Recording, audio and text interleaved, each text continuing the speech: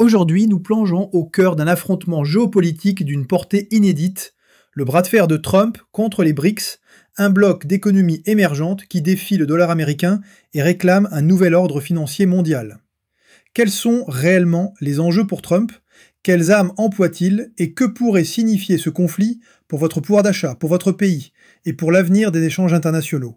Dans les prochaines minutes, vous comprendrez qui compose aujourd'hui les BRICS et pourquoi leur union est si stratégique. Pourquoi Trump a brandi la menace de nouveaux tarifs, dénonçant des politiques anti-américaines. Ce que signifie réellement la dédollarisation et si les BRICS ont les moyens de la concrétiser. Comment les alliés et autres puissances d'Europe à l'Asie réagissent à la dernière offensive de Washington. Restez avec nous. À la fin de cette vidéo, vous saurez pourquoi ce choc n'est pas un simple différend commercial. C'est un moment décisif dans la lutte pour la suprématie financière mondiale et ça chauffe sérieusement. On analyse tout ça ensemble. Né en 2009 sous l'acronyme BRIC, Brésil, Russie, Inde, Chine, avec l'ajout de l'Afrique du Sud en 2010, les BRICS ont élargi leur alliance en 2024 avec l'Égypte, l'Éthiopie, l'Iran et les Émirats arabes unis, tandis qu'en 2025, l'Indonésie est devenue membre à part entière et le Nigeria partenaire officiel. Ces pays représentent près de la moitié de la population mondiale et plus de 35% du PIB mondial en parité de pouvoir d'achat. Mais les BRICS, c'est bien plus que des chiffres. Une banque de développement, NDB, un système de paiement alternatif, BRICS-Pay, un panier de devises et une réserve de change commune, autant d'outils conçus pour s'affranchir des institutions dominées par l'Occident, comme le FMI et la Banque mondiale. L'idée? Réduire la dépendance au dollar et créer un système financier plus équilibré. Dès ses débuts, le bloc BRICS a régulièrement contesté la domination unilatérale du dollar. Lors du sommet de Rio en juillet 2025, les dirigeants ont réaffirmé leur volonté de diversifier les monnaies de transaction, développer BRICS-Pay et diminuer la dépendance à la monnaie américaine. Aujourd'hui, la Russie déclare que plus de 90% de ses échanges intra-BRICS se font désormais en monnaie nationale. La Chine et l'Inde explorent des alternatives au système SWIFT. L'idée d'une monnaie commune BRICS reste théorique, mais la dynamique vers une finance pluripolaire est réelle. Cela inquiète Washington car le dollar n'est pas un simple billet vert, c'est le pilier du soft power américain. Pérennité des taux d'intérêt, exportation des sanctions, influence sur l'économie globale. La dédollarisation met en péril ces leviers américains. Rentré en lice depuis sa réélection, Trump a lancé des menaces de tarifs à 100% contre tout pays BRICS engagé dans la dédollarisation, puis a élargi son propos en menaçant un tarif global de 10% sur toute politique jugée anti-américaine. Pour certaines nations, comme le Brésil, des droits de 50% sont visés dès août, selon ses déclarations. Le 18 juillet 2025, Trump a qualifié les BRICS de petits groupes en perte de vitesse, tout en réaffirmant vouloir protéger la suprématie du dollar américain. Selon certains cercles politiques à Washington, la stratégie de Trump viserait à découper les nouveaux membres comme l'Égypte, l'Éthiopie ou l'Indonésie avant que le bloc ne se renforce. L'objectif? Freiner l'ascension d'une puissance financière alternative hors du contrôle américain. Mais les économistes mettent en garde, un tarif de 10% sur l'ensemble des importations BRICS pourrait coûter jusqu'à 56 milliards de dollars par an aux consommateurs et entreprises américaines. Et cerise sur le gâteau, ce type de mesure pourrait encore éloigner les BRICS des circuits commerciaux occidentaux.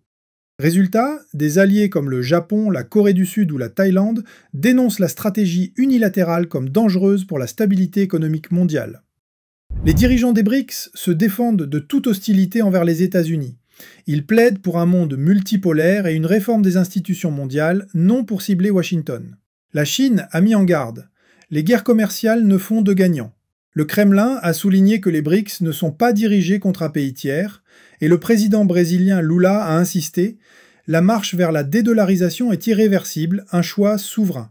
Toutefois, ces affirmations s'accompagnent de pragmatisme. L'idée d'une monnaie commune reste une option future, pas une réalité immédiate.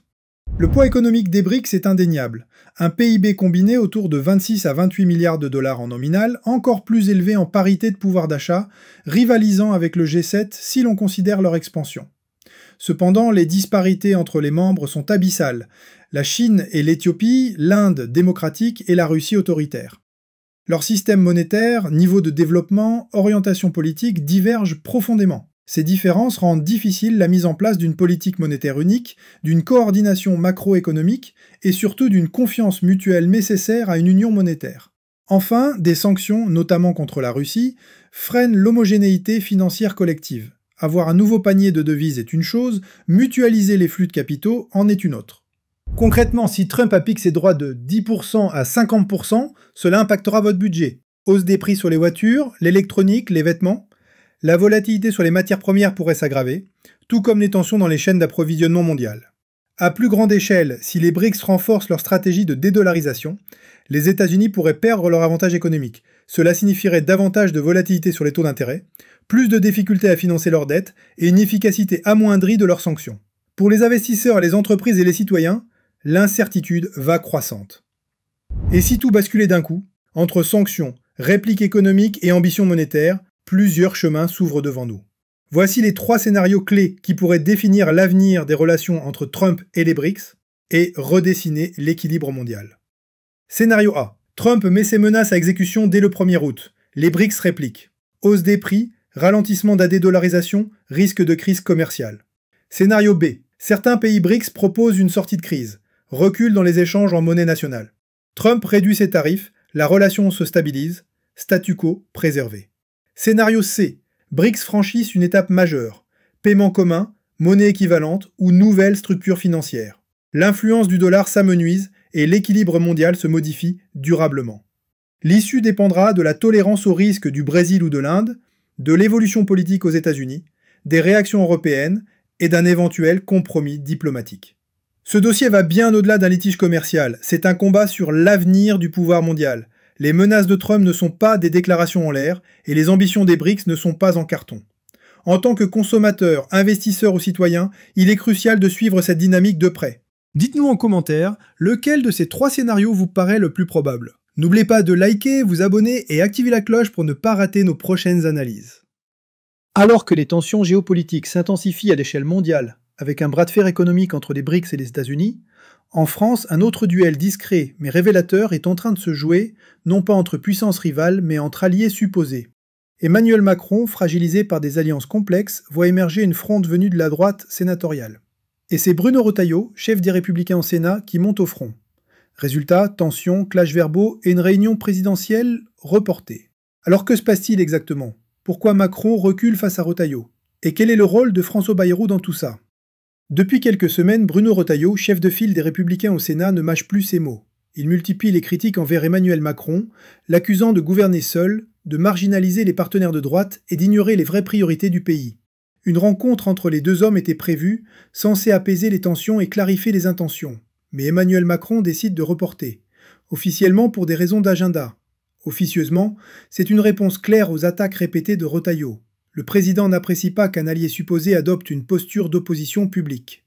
Ce report intervient dans un climat déjà instable, notamment autour du rôle de François Bayrou, allié historique, mais de plus en plus critique. Bayrou, qui tente de rassembler autour de lui une majorité plus équilibrée, voit d'un mauvais œil la montée en puissance de certains républicains dans les discussions avec l'exécutif. Il craint d'être marginalisé par cette stratégie d'ouverture à droite. Dans ce contexte tendu, le camp présidentiel semble divisé. D'un côté, ceux qui veulent dialoguer avec Retailleau et élargir vers la droite. De l'autre, ceux, comme Bayrou, qui réclament une cohérence politique autour d'un centre fort. Ce bras de fer entre les blocs complique les calculs de Macron, déjà fragilisé par les tensions sociales et les critiques sur son isolement politique. Alors, simple report de calendrier ou vraie rupture entre l'Élysée et la droite? Macron peut-il encore rassembler autour de lui sans perdre ses alliés centristes comme Bayrou? Dis-nous ce que tu penses de cette stratégie dans les commentaires.